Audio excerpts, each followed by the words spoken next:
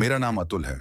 मैं दिल्ली में एक सॉफ्टवेयर इंजीनियर हूँ। यह घटना मेरे साथ कुछ महीने पहले हुई थी और आज तक मैं इससे बाहर नहीं आ पाया हूँ। मैं अपने बचपन के दोस्त रोहित को बचाने की पूरी कोशिश कर चुका हूँ, लेकिन कुछ ऐसी चीजें होती हैं जिनका कोई जवाब नहीं होता। ये कहानी सिर्फ मेरे दोस्त की गुमशुदगी की नहीं है, बल्कि उन डरावनी चीजों की भी है जो मैंने खुद देखी और महसूस की। रोहित और मैं स्कूल के जमाने से साथ थे।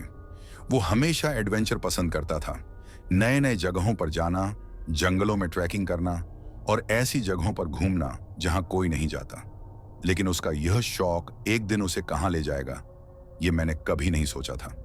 उस दिन हम चार दोस्त, मैं, रोहित, समीर और अजय, एक रोड ट्रिप पर निकले थे। दिल्ली से करीब 300 किलोमीटर दूर एक पुराना जंगल था, जिसके बारे में कई अफवाहें फैली हुई थीं। लोग कहते थे कि वहां जाने के बाद लोग वापस नहीं आते। रोहित को ऐसी जगहों पर जाने का बहुत शौक था और उसने ही इस जंगल में रात बिताने का प्लान बनाया था। मैं और समीर शुरू में इस प्लान के खिलाफ थे, लेकिन रोहित ने हमें मना लिया। उसने कहा कि यह सब अफवाहें हैं और ऐसा कुछ भी नहीं होता। हमने सोचा, चलो एक रात रुक कर देख लेते हैं। शाम को जब हम जंगल के अंदर पहुंचे तो माहौल ही अजीब था। कोई पक्षी की आवाज नहीं, कोई जानवर नहीं, बस अजीब सा सन्नाटा। जैसे ही हम कार से बाहर निकले, मुझे अजीब सा एहसास हुआ, जैसे कोई हमें देख रहा हो। रोहित बहुत एक्साइटेड था। उसने कहा, चलो अंदर चलते हैं, देखते हैं आखिर ये जंगल इतना डरावना क्यों है। हम सब टॉर्च लेकर आगे बढ़े। कुछ देर तक सब नॉर्मल लग रहा था, लेकिन फिर धीरे धीरे माहौल बदलने लगा। जंगल के अंदर हमें एक पुराना टूटा फूटा मंदिर दिखा। ऐसा लग रहा था कि उसे सालों से किसी ने छुआ भी नहीं। रोहित को ऐसे खंडहरों में बहुत दिलचस्पी थी। वो मंदिर के अंदर जाने की जिद करने लगा। मैं और समीर मना कर रहे थे, लेकिन अजय ने उसका साथ दिया। रोहित हंसते हुए बोला, अगर तुम लोग डर रहे हो तो यहीं खड़े रहो, मैं और अजय अंदर जा रहे हैं। समीर और मैंने मना किया, लेकिन वो नहीं माने और मंदिर के अंदर चले गए। कुछ मिनटों बाद अचानक अंदर से जोर की चीख सुनाई दी। मैं और समीर डर गए। हमने अंदर जाकर देखा तो रोहित और अजय वहां नहीं थे। बस वहीं से हमारी जिंदगी का सबसे खौफनाक और खतरनाक सफर शुरू हुआ।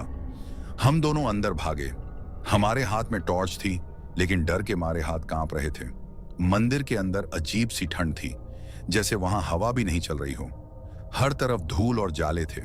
दीवारों पर कुछ अजीब अजीब आकृतियां बनी हुई थीं, जिन्हें देखकर अजीब सा डर महसूस हो रहा था। रोहित, अजय, मैंने जोर से आवाज लगाई, लेकिन कोई जवाब नहीं आया। समीर ने मेरे कंधे पर हाथ रखा और धीरे से कहा, भाई ये जगह सही नहीं लग रही, हमें यहां से निकलना चाहिए। मैं भी यही सोच रहा था, लेकिन रोहित और अजय को ऐसे छोड़कर जाना मुमकिन नहीं था। हम दोनों आगे बढ़े। मंदिर ज्यादा बड़ा नहीं था, लेकिन अंदर बहुत अंधेरा था। हमारी टॉर्च की रोशनी भी ज्यादा दूर तक नहीं जा रही थी। तभी समीर ने मेरे कंधे पर कसकर पकड़ ली। भाई वहां देख। मैंने टॉर्च घुमाई और देखा एक टूटा हुआ दरवाजा जो शायद मंदिर के पिछले हिस्से में जाता था। लेकिन असली डरावनी बात यह थी कि वो दरवाजा धीरे धीरे अपने आप हिल रहा था, जैसे किसी ने उसे अभी अभी खोला हो। हम दोनों के पैर जैसे जमीन से चिपक गए। क्या वो लोग उधर गए होंगे? मैंने किसी तरह हिम्मत जुटाकर पूछा। समीर कुछ कहने ही वाला था कि तभी मंदिर के बाहर से किसी के दौड़ने की आवाज आई। ऐसा लगा जैसे कोई नंगे पैर जमीन पर दौड़ रहा हो। रोहित! हम दोनों एकदम दौड़कर बाहर आए, लेकिन बाहर कुछ नहीं था। हमारी गाड़ी वहीं खड़ी थी, लेकिन जंगल में कोई हलचल नहीं थी। अचानक समीर की टॉर्च बंद हो गई। उसने घबराकर मुझे देखा। यार, बैटरी खत्म हो गई शायद। मेरी टॉर्च अभी भी जल रही थी, लेकिन तभी हवा एकदम से ठंडी हो गई। लगा जैसे कोई बहुत पास खड़ा हो और हमें देख रहा हो। भाई, रोहित और अजय को ढूंढना होगा। हम दोनों फिर से मंदिर के अंदर गए और उस टूटे हुए दरवाजे के पास पहुंचे। समीर ने हल्के से धक्का दिया और वो चरमराते हुए खुल गया। अंदर घना अंधेरा था। मैंने टॉर्च अंदर डाली तो देखा पुरानी सीढ़ियां नीचे जा रही थीं, जैसे मंदिर के नीचे कोई तहखाना हो। हम दोनों ने एक दूसरे को देखा, शायद वो नीचे गए होंगे। हम धीरे धीरे सीढ़ियों से नीचे उतरे। हर कदम के साथ दिल की धड़कन तेज हो रही थी। नीचे पहुंचकर हमने देखा चारों तरफ पत्थर की दीवारें थीं और वहां एक बड़ा सा हॉल जैसा कुछ था। हॉल के बीचों बीच जमीन पर एक गोल आकृति बनी हुई थी और चारों तरफ कुछ पुराने मिट्टी के दीपक रखे थे जो बुझ चुके थे। तभी हमें हल्की सी सरसराहट सुनाई दी।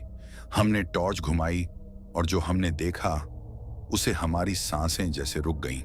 अजय एक कोने में बैठा था, लेकिन उसका चेहरा अजीब लग रहा था। उसकी आंखें बड़ी बड़ी हो गई थीं और वो हमें देखकर अजीब सी मुस्कान दे रहा था। अजय! वो चुपचाप हमें घूरता रहा। समीर धीरे से आगे बढ़ा। तू ठीक है? अजय धीरे धीरे खड़ा हुआ। उसकी बॉडी में अजीब सा अकड़ापन था, जैसे वो पूरी तरह होश में ना हो। उसके होंठ फड़फड़ा रहे थे, लेकिन कोई आवाज नहीं निकल रही थी। रोहित कहाँ है? मैंने पूछा। अजय ने हमारी तरफ देखा और फिर अचानक एक खौफनाक आवाज में हंसने लगा। हा हा हा हा हा। हम दोनों के पैरों तले जमीन खिसक गई। अजय की हंसी इंसानों जैसी नहीं थी, वो किसी और चीज की हंसी थी। फिर उसने धीरे से सिर घुमाया और तहखाने की एक और सुरंग की तरफ इशारा किया। वो वहां है। उसकी आवाज सुनकर हमारे रोंगटे खड़े हो गए। भाई, ये कुछ गड़बड़ है। समीर ने मेरा हाथ कसकर पकड़ लिया, लेकिन मुझे रोहित को खोजना था। मैं टॉर्च लेकर आगे बढ़ा और सुरंग के अंदर झांका। अंदर बिल्कुल अंधेरा था, लेकिन जैसे ही मैंने रोशनी डाली, मेरे हाथ से टॉर्च गिर गई। रोहित वहां पड़ा था, लेकिन उसके शरीर पर अजीब अजीब निशान बने हुए थे। उसके चेहरे पर डर और दर्द का मिलाजुला भाव था। ऐसा लग रहा था जैसे उसने कुछ बेहद भयानक देखा हो। रोहित! मैं उसकी तरफ भागा, लेकिन जैसे ही मैंने उसे छूने की कोशिश की, कुछ अजीब हुआ। रोहित की आंखें अचानक खुल गईं और उसने मेरी तरफ देखा, लेकिन उसकी आंखों में कुछ था, कुछ ऐसा जो इंसानों में नहीं होता। हमने उसे वहां से उठाने की कोशिश की, लेकिन तभी पीछे से अजय फिर से हंसने लगा। अब कोई वापस नहीं जाएगा। और फिर अचानक वहां रखा एक पुराना घंटा अपने आप बजने लगा। तहखाने की दीवारें हिलने लगीं, हवा में अजीब सी सरसराहट गूंजने लगी, और तभी हमें एहसास हुआ हम यहां अकेले नहीं थे। कोई हमें देख रहा था, कोई जो इस जंगल का था और जिसने हमें यहां बुलाया था। हम वहां खड़े हुए थे। हमारी टॉर्च की रोशनी रोहित के चेहरे पर पड़ी थी, लेकिन उसकी आंखें वैसी नहीं थीं जैसी हम जानते थे। उनमें कोई अजीब सी चमक थी, जैसे वो हमें देख तो रहा था, लेकिन पहचान नहीं पा रहा था। रोहित, उठ भाई, क्या हुआ तुझे? मैंने धीरे से उसके कंधे को हिलाया। उसने एक झटके में मेरी तरफ देखा। उसकी सांसें तेज चल रही थीं। ऐसा लग रहा था जैसे वो कुछ कहना चाहता हो, लेकिन बोल नहीं पा रहा था। अजय, जल्दी मदद कर। मैंने पीछे देखा, लेकिन अजय वहां नहीं था। भाई, अजय कहाँ गया? समीर की घबराई हुई आवाज आई। हमने चारों तरफ देखा, लेकिन अजय का कोई नामो निशान नहीं था। कुछ सेकंड पहले वो यहीं खड़ा था और अब गायब हो चुका था। भाई, ये सही नहीं हो रहा। हमें यहां से निकलना चाहिए। समीर की आवाज कांप रही थी, लेकिन रोहित अब भी अजीब हालत में था। हमें उसे उठाकर बाहर ले जाना था। मैंने हिम्मत करके उसका एक हाथ पकड़ा और समीर ने दूसरा। जैसे ही हमने उसे उठाने की कोशिश की, रोहित ने अचानक अपनी पकड़ हम पर इतनी मजबूत कर दी कि हमारी हड्डियां चटक गईं। समीर दर्द से चीख पड़ा। रोहित ने धीरे से सिर उठाया और मेरी आंखों में देखा। तुम यहां क्यों आए? उसकी आवाज फटी हुई और बहुत धीमी थी, जैसे वो बहुत दूर से बोल रहा हो। हम दोनों एक दूसरे को देखकर सन्न रह गए। भाई, हम तुझे लेने आए हैं, चलो यहां से निकलते हैं, मैंने हिम्मत जुटाकर कहा। रोहित एकदम शांत हो गया। फिर उसकी आंखों से अचानक आंसू निकलने लगे, लेकिन वो आंसू काले थे। हाँ, काले। मैंने कभी किसी इंसान को काले आंसू रोते हुए नहीं देखा था। समीर ने धीरे से मेरा हाथ पकड़ा और फुसफुसाया, ये रोहित नहीं है, कुछ गड़बड़ है। हमने उसे पकड़कर खड़ा किया, लेकिन तभी पीछे से एक जोर की आवाज आई, बांध दो इन्हें। हम दोनों के पैर जमीन में जैसे जम गए। वो आवाज न इंसानी थी न जानवर की, वो कुछ और ही था। हमने धीरे से मुड़कर देखा। तहखाने के एक कोने में किसी ने दिए जला दिए थे। वहां कोई खड़ा था, लेकिन उसकी परछाई दीवार पर इतनी बड़ी दिख रही थी कि उसकी असली शक्ल पहचानना मुश्किल था। कौन है वहां? मेरी आवाज कांप रही थी। उस शख्स ने धीरे से एक लंबी सांस ली और कहा, तुमने इसे यहां से निकालने की गलती की, ये अब हमारा है। रोहित अचानक जोर से हिलने लगा, जैसे वो हमारे हाथ से छूटने की कोशिश कर रहा हो। रोहित, संभाल खुद को, समीर चिल्लाया। लेकिन रोहित अब पहले जैसा नहीं था। उसकी बॉडी में अजीब सा कंपन हो रहा था। उसकी नसें नीली पड़ गई थीं। तभी अचानक रोहित के मुंह से एक काले धुएं का गुब्बार निकला और हवा में फैल गया। भाई, ये क्या हो रहा है? समीर ने मुझे खींचते हुए कहा। हमें वहां से भागना था, लेकिन तभी हमें कुछ महसूस हुआ। हमारे पैरों के नीचे की जमीन हिलने लगी थी, जैसे कोई हमें खींच रहा हो। निकलो यहां से! एक जोरदार झटका लगा और हमें लगा जैसे किसी ने हमें धक्का दे दिया हो। हम सीधे मंदिर के बाहर जाकर गिरे। जब हमने पीछे देखा तो रोहित और अजय वहां नहीं थे। मंदिर का दरवाजा जोर से बंद हो गया। सब कुछ एकदम शांत हो गया। हमने एक दूसरे को देखा। हमारी सांसें तेज चल रही थीं। हम पसीने से भीगे हुए थे। रोहित, अजय, कहां गए? समीर ने धीमी आवाज में कहा। मैं कुछ नहीं बोल पाया। मेरा दिमाग सुन्न हो चुका था। हमने मंदिर के अंदर जाने की कोशिश की, लेकिन अब वो दरवाजा ऐसे लग रहा था जैसे कभी खुला ही नहीं था। फिर हमें याद आया, हमारी कार। हम दोनों भागते हुए वहां पहुंचे, लेकिन जो हमने देखा उससे हमारी रूह कांप गई। कार पूरी तरह टूटी हुई थी, जैसे किसी ने उसे कई सालों से छोड़ा हुआ हो। भाई, ये तो अभी अभी यहीं थी ना? समीर ने कांपती आवाज में कहा। हम दोनों के दिमाग में एक ही सवाल था, हम कितने समय से यहां थे? घड़ी देखी, रात के 1:45। लेकिन हम यहां सिर्फ 2 घंटे पहले आए थे और हमारी घड़ी के नंबर धुंधले हो चुके थे, जैसे कई सालों से उसे किसी ने छुआ तक नहीं था। हमें एहसास हो चुका था कि हम फंस चुके हैं। अब ये जंगल हमें वापस नहीं जाने देगा। हम वहीं खड़े रह गए। हमारी सांसें तेज चल रही थीं। जंगल के भीतर से ठंडी हवा आ रही थी, लेकिन हमारे शरीर पसीने से भीगे हुए थे। हमने फिर से मंदिर के दरवाजे को धक्का दिया, लेकिन अब वो किसी पत्थर की दीवार जैसा ठोस लग रहा था। ये सब क्या हो रहा है? समीर की आवाज कांप रही थी। मैंने अपने दिमाग को शांत करने की कोशिश की। हम दोनों ने एक साथ अंदर देखा था। रोहित और अजय वहीं थे, लेकिन अब कुछ भी नहीं था। भाई, हमें यहां से निकलना होगा, जल्दी! मैंने घबराई हुई आवाज में कहा। समीर ने धीरे से अपनी जेब से फोन निकाला। स्क्रीन पर कोई सिग्नल नहीं था। उसने टॉर्च ऑन करने की कोशिश की, लेकिन बैटरी अचानक खत्म हो गई। तेरी टॉर्च चल रही है? उसने मुझसे पूछा। मैंने फोन निकाला और स्क्रीन पर देखा। बैटरी 90% थी, लेकिन जैसे ही मैंने टॉर्च ऑन की, स्क्रीन अचानक ब्लैक हो गई। ये कैसे हो सकता है? मेरे गले से मुश्किल से आवाज निकली। तभी हमें अपने पीछे किसी के चलने की आवाज सुनाई दी।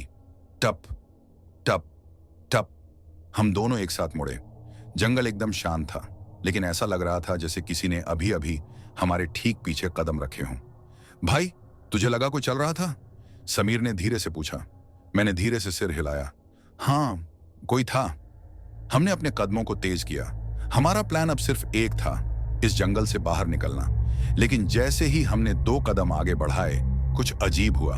जंगल का रास्ता बदल चुका था। भाई, ये रास्ता कहां से आ गया? समीर ने कांपती आवाज में कहा। हमने जब जंगल में कदम रखा था तो रास्ता सीधा था। हम याद कर सकते थे कि किस तरफ झाड़ियां थीं और किस तरफ एक पुराना पीपल का पेड़ था। लेकिन अब हमारे चारों तरफ सिर्फ घना जंगल था। हम तो सीधे आ रहे थे ना? मैंने धीरे से कहा। समीर ने मेरी तरफ देखा। उसकी आंखों में डर था। भाई, हम फंस चुके हैं। हमने चारों तरफ देखने की कोशिश की, लेकिन हर दिशा एक जैसी लग रही थी। तभी हमारे पीछे से किसी के हंसने की आवाज आई। हम दोनों वहीं जम गए। ये हंसी इंसानी नहीं थी। ये किसी बच्चे जैसी लग रही थी, लेकिन उसमें कुछ था, कुछ बहुत गलत। भाई, कोई मजाक कर रहा है ना? समीर ने मेरी बांह पकड़ ली। मैं कुछ नहीं बोल पाया। फिर वो हंसी दोबारा आई। तुम लोग खो गए क्या? अब ये साफ था, कोई हमसे बात कर रहा था। हमने धीरे से मुड़कर देखा। एक छोटी सी परछाई हमारे सामने खड़ी थी। वो कोई बच्चा था, लेकिन उसका चेहरा बहुत अजीब था। उसकी आंखें पूरी काली थीं, जैसे कोई खाली गड्ढे। उसके कपड़े पुराने और फटे हुए थे, और उसके पैरों के नाखून वो असामान्य रूप से बड़े थे। तुम लोग बाहर नहीं जा सकते। उसकी आवाज एकदम सपाट थी। हम पीछे हटे। कौन हो तुम? मेरी आवाज कांप गई। बच्चा हमें घूरता रहा, फिर धीरे से मुस्कुराया। मैं वो हूं जो यहां सबको रोकता हूं। समीर ने मेरा हाथ जोर से दबा दिया। भाई भाग! हम दोनों दौड़ पड़े। हम नहीं जानते थे कि हम किस तरफ जा रहे थे। बस एक ही बात दिमाग में थी, इस जगह से निकलना है। हमने जितनी तेजी से हो सकता था उतनी तेजी से दौड़ लगाई। पेड़ हमारी आंखों के सामने से तेजी से गुजर रहे थे। फिर अचानक सब कुछ बदल गया। हम उसी जगह खड़े थे जहां से हमने दौड़ना शुरू किया था। नहीं नहीं, ये कैसे हो सकता है? समीर घबराकर पीछे हट गया। हमारे सामने वही बच्चा खड़ा था। उसकी मुस्कुराहट अब और चौड़ी हो चुकी थी। तुम लोग समझ नहीं रहे, ये जंगल तुम्हें नहीं छोड़ने वाला। हमने चारों तरफ देखा। सब कुछ धुंधला लगने लगा था। पेड़ लहराने लगे थे, जैसे हवा में हिल नहीं रहे बल्कि सांस ले रहे हों। समीर ने धीरे से मेरा हाथ दबाया। भाई, ये सपना नहीं है ना? मैंने धीरे से सिर हिलाया। तभी पीछे से किसी ने मेरे कंधे पर हाथ रखा। मेरे शरीर में ठंड की एक लहर दौड़ गई। मैंने धीरे से सिर घुमाया।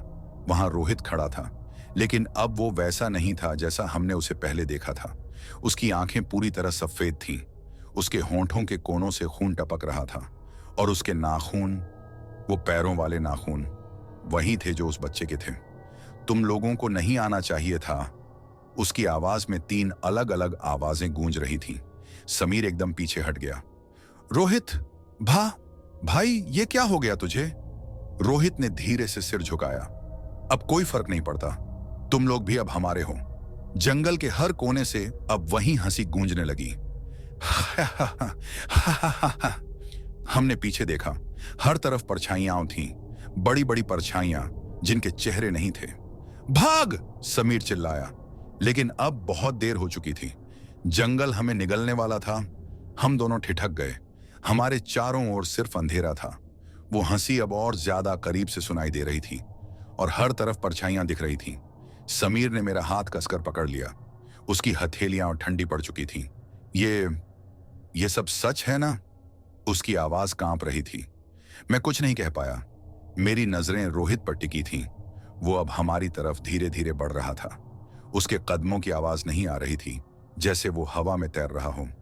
तुम लोगों ने मेरी बात नहीं मानी। रोहित की आवाज गहरी और भयानक हो चुकी थी। उसकी आंखें अब और ज्यादा सफेद हो गई थीं। भाई भाग! समीर ने मेरा हाथ खींचा और हम दोनों जंगल की गहराइयों में भागने लगे।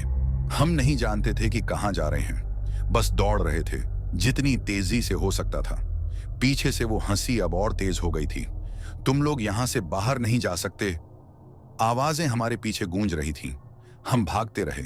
पेड़ों की टहनियां हमारे चेहरे को चीर रही थीं। पैरों में कांटे चुभ रहे थे, लेकिन रुकने का सवाल ही नहीं था। तभी हमारे सामने एक पुराना कुआं आ गया। हम अचानक रुक गए। हमारे ठीक पीछे से फुसफुसाहट की आवाजें आ रही थीं। भाई, हमें कुछ करना होगा। समीर की आवाज में घबराहट थी। मेरी सांसें तेज हो रही थीं। चारों तरफ देखने पर महसूस हुआ कि हम अब भी उसी जगह पर थे जहां से हमने दौड़ना शुरू किया था। ये कैसे हो सकता है? मेरी आवाज कांप गई। तुम लोग यहां से कभी नहीं जा पाओगे। पीछे से वही डरावनी आवाज आई। हम दोनों ने धीरे से मुड़कर देखा। रोहित अब हमारे ठीक पीछे खड़ा था, लेकिन उसके साथ अब कई और परछाइयां थीं। उनमें से कुछ के चेहरे दिख रहे थे। वो अजय था। वो पुराने गांव के लोग थे और उनमें से कुछ की शक्लें इंसानों जैसी ही नहीं थीं। समीर, कुछ करो! मैंने चीख कर कहा। क्या करूं? भाई, कुछ समझ नहीं आ रहा। रोहित अब बिल्कुल पास आ चुका था। उसकी लंबी उंगलियां मेरी ओर बढ़ रही थीं। तभी टन एक जोरदार ध्वनि पूरे जंगल में गूंज उठी। हमने देखा वो पुराना कुआं अब खुद ही हिल रहा था। फिर अचानक वहां से एक साया निकला। वो बेहद लंबा और डरावना था। उसका शरीर काले धुएं जैसा था, लेकिन उसकी आंखें किसी जानवर की तरह चमक रही थीं। हम दोनों वहीं जम गए। तुम लोगों ने उसे जगा दिया। हमने पीछे देखा। अब वो सब परछाइयां डरने लगी थीं। रोहित भी धीरे धीरे पीछे हट रहा था। अब तुम लोग भी उसके शिकार हो। हम कुछ समझ पाते उससे पहले वो काला साया हमारे ऊपर झपट पड़ा। सब कुछ धुंधला हो गया। कुछ घंटों बाद सुबह हो चुकी थी। सूरज की रोशनी पेड़ों से छन कर आ रही थी। गांव वाले जंगल के किनारे खड़े थे। कोई मिला? एक आदमी ने पूछा। एक ग्रामीण ने सिर हिलाया। नहीं, किसी का कोई पता नहीं। तभी एक बुजुर्ग आदमी ने जमीन पर कुछ देखा। वहां दो जोड़ी चप्पलें पड़ी थीं, समीर और मेरी। लेकिन हम वहां नहीं थे। किसी ने हमें कभी नहीं देखा, फिर कभी नहीं। हम जंगल का हिस्सा बन चुके थे।